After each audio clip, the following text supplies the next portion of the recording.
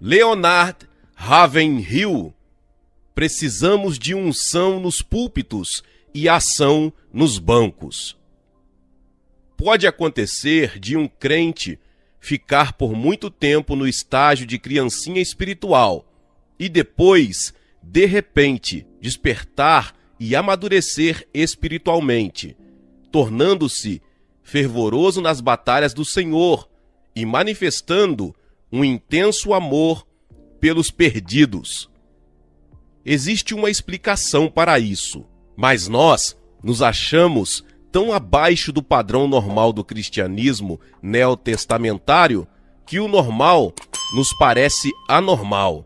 O segredo da transformação a que me referi acima é que houve um momento em que essa pessoa lutou com Deus, como Jacó, e saiu da luta esvaziado do seu ego, mas fortalecido com poder mediante o seu espírito. Para se ter uma vida vitoriosa, dois elementos são indispensáveis: visão e fervor. Sabemos de homens que lutam contra fortíssimas oposições da crítica carnal humana e tomam de assalto os picos pedregosos do terreno do inimigo, tão somente para fincar a cruz de Cristo em lugares onde habita a crueldade. Por quê? Porque tiveram uma visão e se encheram de intenso fervor. Alguém já advertiu que não devemos estar envolvidos com o céu a ponto de sermos totalmente inúteis na terra. Se há um problema que esta geração não enfrenta, é esse. A verdade nua e crua é que estamos tão envolvidos com a terra que não temos nenhuma utilidade para o reino dos céus.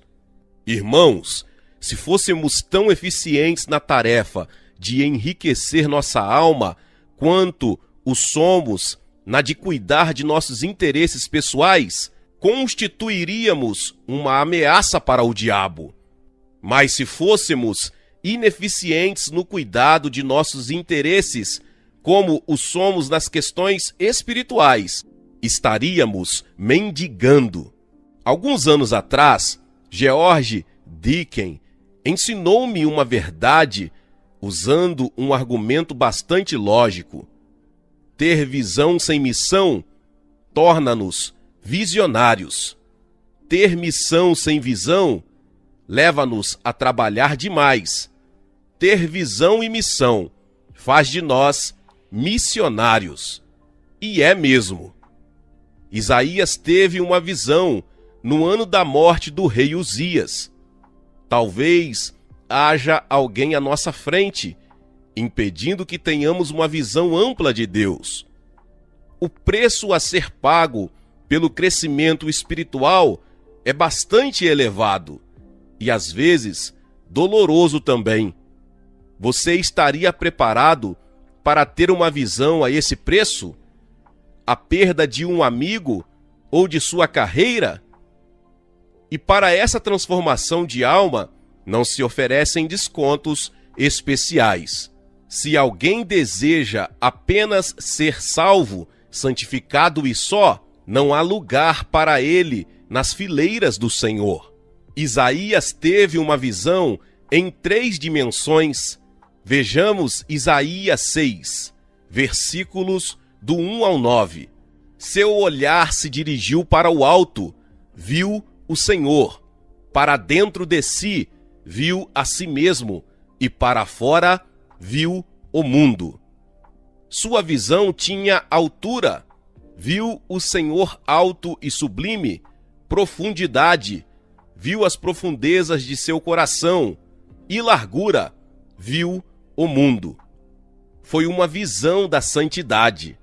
Ó amados, como nossa geração precisa ter uma visão de Deus em toda a sua santidade. E foi uma visão da iniquidade. Estou perdido, de lábios impuros. E foi uma visão do desalento divino implícito nas palavras: quem há de ir por nós? É nesta hora em que vivemos, quando a média das igrejas está mais envolvidas com promoções do que com orações, incentiva mais a competição e se esquece da congregação, e substitui a propagação do evangelho pela autopromoção. É imperativo que tenhamos essa visão tríplice. Não havendo profecia, o povo se corrompe, Provérbios 29:18. E não havendo paixão pelas almas, a igreja perece, mesmo que esteja lotada dominicalmente. Certo pregador, conhecido no mundo inteiro e que tem sido poderosamente usado por Deus nos últimos anos para promover avivamentos, que são bem diferentes de cruzadas de evangelismo em massa, contou-me que também teve uma visão semelhante. Ainda me recordo da expressão de temor com que ele falou que não sabia ao certo se estava tendo uma visão ou um sonho, se estava no corpo ou fora dele. Mas disse que enxergava uma enorme multidão em um profundo abismo, todo cercado de fogo, presa no manicômio do universo, o inferno. Depois disso, esse homem nunca mais foi o mesmo, nem poderia. Será que Deus poderia confiar-nos revelação tão grandiosa? Já passamos pela escola da oração e do sofrimento, para que nosso espírito esteja preparado para suportar uma visão tão ardoante. Feliz é aquele a quem Deus pode comunicar tal visão. Ninguém vai além da visão que tem. Teólogos intelectualizados não têm condições de romper a cortina de ferro da superstição e das trevas por trás das quais, há milênios, estão perecendo milhões e milhões de indivíduos. Talvez só homens com menos intelecto, mas com uma visão maior, sejam capazes disso. Ter uma mentalidade espiritual é ter gozo e paz.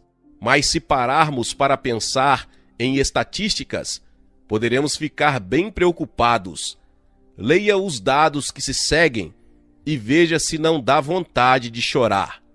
Japão, o governo da nação, afirma que a população já passa da casa dos 120 milhões e está crescendo ao ritmo de 1.100.000 pessoas por ano.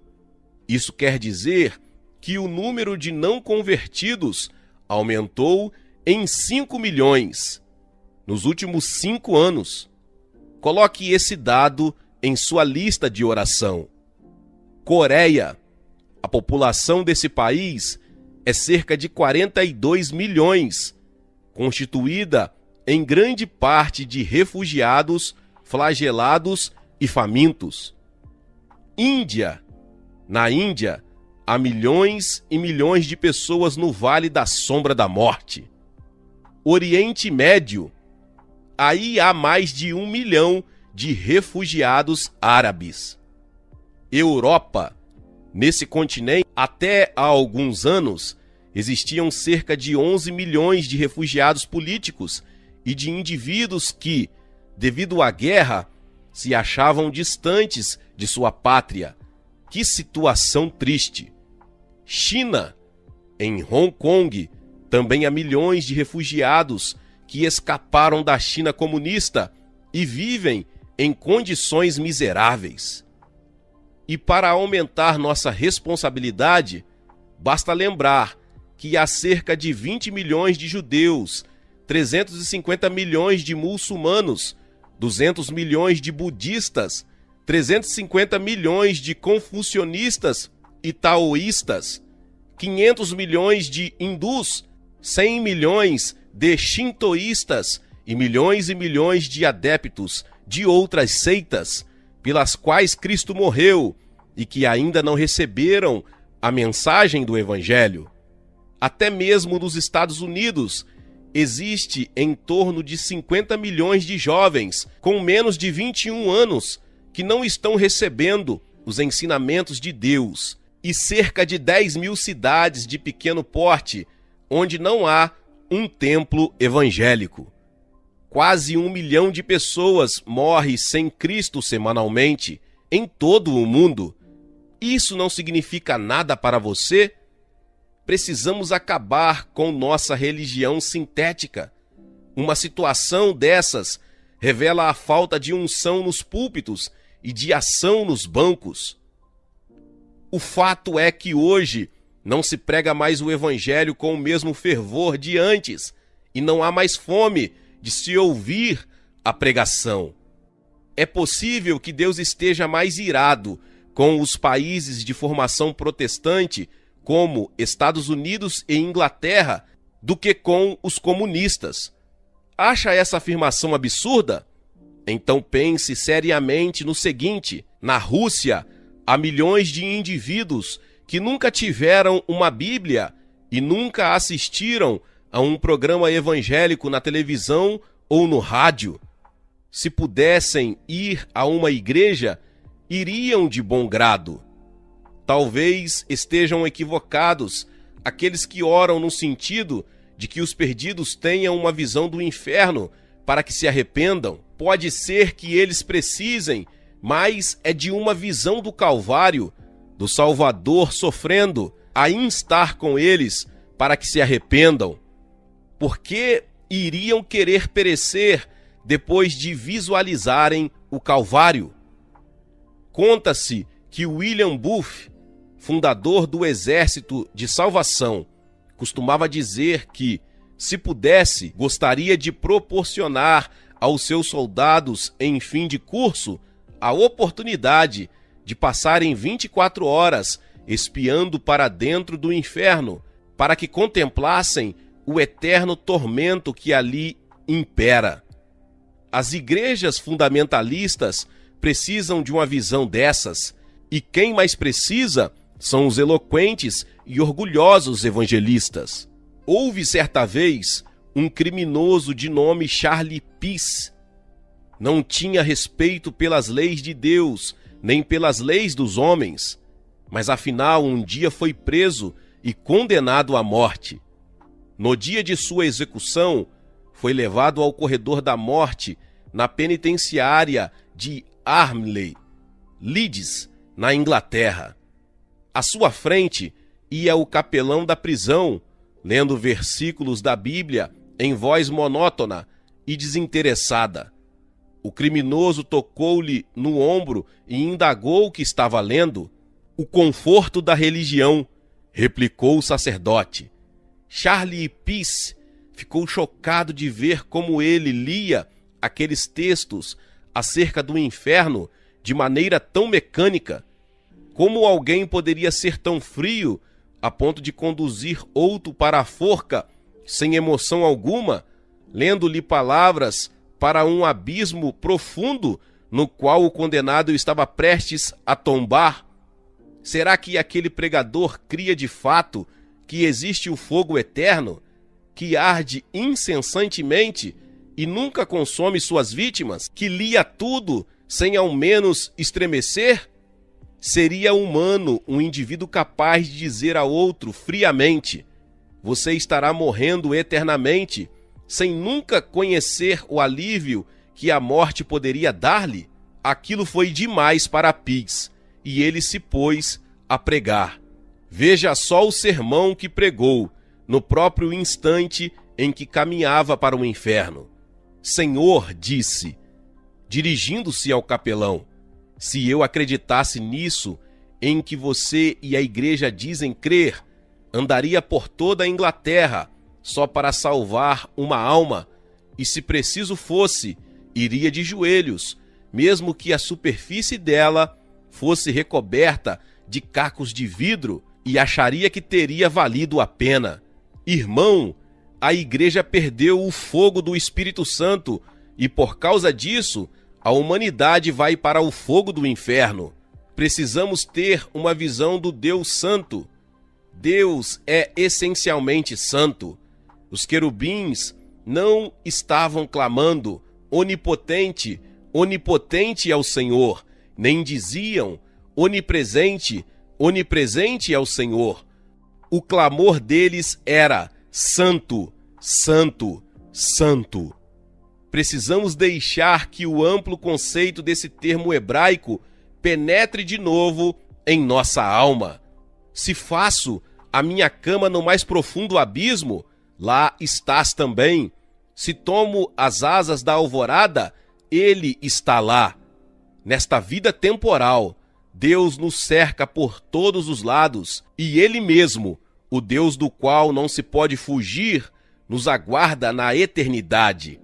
É melhor procurarmos ter paz com Ele aqui e nos posicionarmos no centro de sua vontade agora.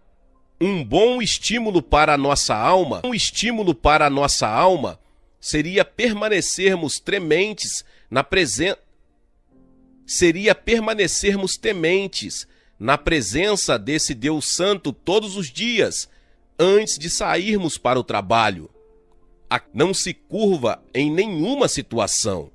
Se tivéssemos diariamente uma visão desse Deus Santo, iríamos sentir-nos deslumbrados diante de sua onipresença, extasiados ante sua onipotência, silenciosos diante de sua onisciência e quebrantados diante de sua santidade. E a santidade dele se tornaria nossa.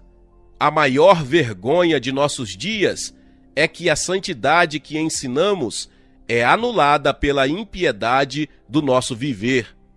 Um pastor de vida santa torna-se um instrumento poderosíssimo nas mãos de Deus, disse Robert Murray McCheyne. Antes de Isaías passar pela experiência descrita no capítulo 6 de seu livro, ele proferiu uma série de ais para diversas pessoas. Mas naquele momento, ele viu a si mesmo e disse: ai de mim, sou eu mesmo, Senhor, quem está precisando de oração, diz um hino negro espiritual. E como isso é verdade? Será que não há quadros com imagens impuras pendurados nas paredes da nossa mente? Não haverá alguma impureza escondida em algum cantinho de nosso coração? Será que poderíamos convidar o Espírito Santo para caminhar conosco de mãos dadas pelos corredores dele?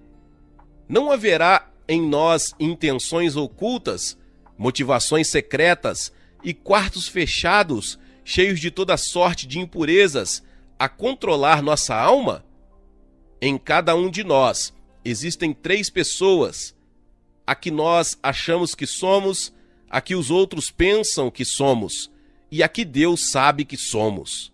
Literalmente, somos muito condescendentes com nós mesmos e por demais rigorosos com os outros, a não ser quando estamos buscando intensamente a verdadeira vitória espiritual. O eu ama o eu, embora se diga a respeito de São Geraldo Magela que, pela graça de Deus, ele amava a todas as pessoas, menos Geraldo Magela. Que belo exemplo para nós! Mas na maioria das vezes, escondemos de nós mesmos nosso verdadeiro ser, para que não fiquemos enojados ante a realidade. Vamos pedir a Deus que seu penetrante olhar localize esse corrupto, impuro e mal cheiroso ego, para que ele seja arrancado de nós e crucificado com ele, para que não sirvamos para o pecado como escravos. Romanos 6,6. Não adianta dar outros nomes ao pecado. Continua sendo pecado. Algumas pessoas se justificam assim. Aquele sujeito ali tem um gênio dos diabos. O que eu tenho é ira justa. Ela é supersensível, mas eu sou irritável porque tenho problemas de nervos. Ele é ambicioso demais. Eu estou apenas ampliando os negócios. Que sujeito mais teimoso! Eu tenho convicções firmes. Ela é muito orgulhosa. Eu tenho gosto muito apurado. É muito fácil encontrar-se justificativas para todos os tipos de pecados. É só querer. Mas quando o Espírito Santo nos sonda o coração e conhece o que vai em nós, não passa a mão em nossa cabeça, nem tampouco nos lesa. Perguntou-lhe ao cego Jesus: que queres que eu te faça? Respondeu o cego: Mestre, que eu torne a ver. Marcos 10, 51. Vamos nós também pedir visão a Deus, uma visão para o alto, para dentro de nós e para fora. Assim como aconteceu com Isaías, ao olharmos para o alto, veremos o Senhor em toda a sua santidade. Ao olharmos para dentro de nós, iremos ver-nos exatamente como somos e enxergaremos nossa necessidade de purificação e poder. E ao olhar para fora, veremos um mundo que está perecendo sem o conhecimento do Salvador. Sonda-me, ó Deus, e conhece o meu coração, prova-me e conhece os meus pensamentos. Vê se há em mim algum caminho mau, e guia-me pelo caminho eterno. Salmo 139, 23 e 24. Só então teremos unção nos púlpitos e ação nos bancos. Será que em nossos dias não estamos confiando demais no braço de carne? Por que será que não podemos presenciar as mesmas maravilhas que ocorreram no passado? Os olhos do Senhor não passam mais por toda a terra para mostrar-se forte para com aqueles que confiam totalmente nele? Ah, que Deus me conceda uma fé mais prática. Onde está o Senhor, o Deus de Elias? Está esperando que Elias clame por ele. James Gilmore, da Mongólia. Reconhecemos o valor da oração devido aos esforços que os espíritos malignos fazem para nos perturbar quando estamos orando, e conhecemos experimentalmente o fruto da oração quando vemos a derrota de nossos inimigos. S. João Clímaco. Quando buscamos a Deus em oração, o diabo sabe que estamos querendo mais poder para lutar contra ele, e por isso procura lançar contra nós toda a oposição que é capaz de arregimentar. R. Cibes. Busquei entre eles um homem. Ezequiel 22:30. Elias era homem. Tiago 5:17. Meus irmãos e irmãs, que palavra poderosa! Talvez você chegou aqui pela primeira vez e ainda não é inscrito aqui no canal. Se inscreva aqui no canal e ative o sininho das notificações. Todos os dias são postados vídeos abençoados aqui no canal para te abençoar. Deixe também o seu like. É muito importante para esse vídeo e não se esqueça de compartilhar esta palavra com mais pessoas. Nos vemos nos próximos vídeos. Amém. Seja membro do canal Vinícius Siqueira e obtenha benefícios que só os membros têm. Então, você que já é inscrito no canal e ativou o sininho das notificações, logo você vê o botão Seja Membro, clique nele e obtenha os benefícios. E o primeiro benefício é que você tem uma mensagem destacada. Quando você faz um comentário aqui no canal, você tem um destaque na sua mensagem. E isso é muito importante porque você mostra para os outros que você apoia este canal. E outro benefício que você tem é que você pode compartilhar os devocionais diários, que são 365 devocionais, que são postados todos os dias aqui no canal. Existe um grupo específico e a pessoa recebe um link que é direcionado para o grupo.